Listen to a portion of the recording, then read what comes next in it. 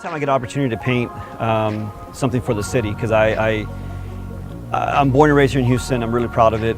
Sometimes too proud. Like I'm all over the place, you know. And people know that Houston and me is like we're together. And but when I paint pieces that are homage or tributes to the city, what I love about it is that it's my representation and it's how I feel, and I display it visually and very bright and colorful and loud through my art, taking consideration the community, because in the end they're the ones that are going to be the stewards, and see it every right day. And so anytime I can paint something, you know, I feel like I'm a very positive person, and as I paint I'm thinking positive energy, and without sounding too much like a hippie, I kind of have this vision of like, as I paint, this positive energy is kind of flowing through me and through the paint, through the can, into the wall, being embedded. And so that when people come visit the wall, my interpretation is that the sun is bouncing off that wall, and all that positive energy is kind of vibrating off, and people absorb it. See, you would never guess that unless you That's talk to deep, the artist. man. Yeah, I know. I feel like I it's kind of need to like wipe. I know. I feel like when you say a prayer or something, man. Yeah, exactly. So is there a story behind that? For me, I like the blues. For me, it's the blue and the whites, and it just.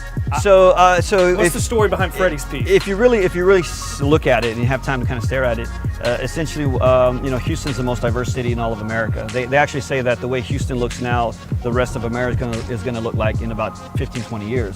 So we're really leading the pack, especially on how different communities can come together and be one. Yeah. The more I dig to indigenous culture, no matter where you're on the planet, the more you realize that everyone's more the same than different. Everyone's more alike, because every culture and subculture, they all have their own rituals that they're all similar, right? They all have their own patterns and color combinations and symbols that mean something specific.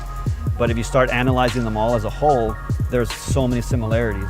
All that being said is, I absorb all that, and what you see visually are the different combinations of either patterns, color combinations of these indigenous cultures that create this blanket, this quilt, this visual quilt of what Houston is.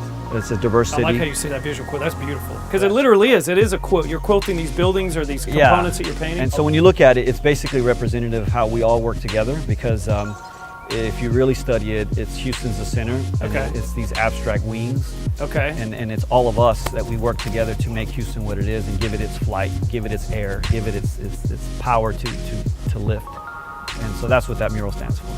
What I love about it is that it's public art, so it doesn't matter how much money you have in your pocket. You could be broke, homeless, you can be rich and famous, but everyone can appreciate the art at the same time, at the same level. But as I've grown as a person, as I've matured as an artist, you know, it's not everything I do is quote unquote graffiti. Okay. And then I have these I dabbled in a lot of things creatively. So I mean, I like to say I'm a creative person, but art is definitely my McLaren.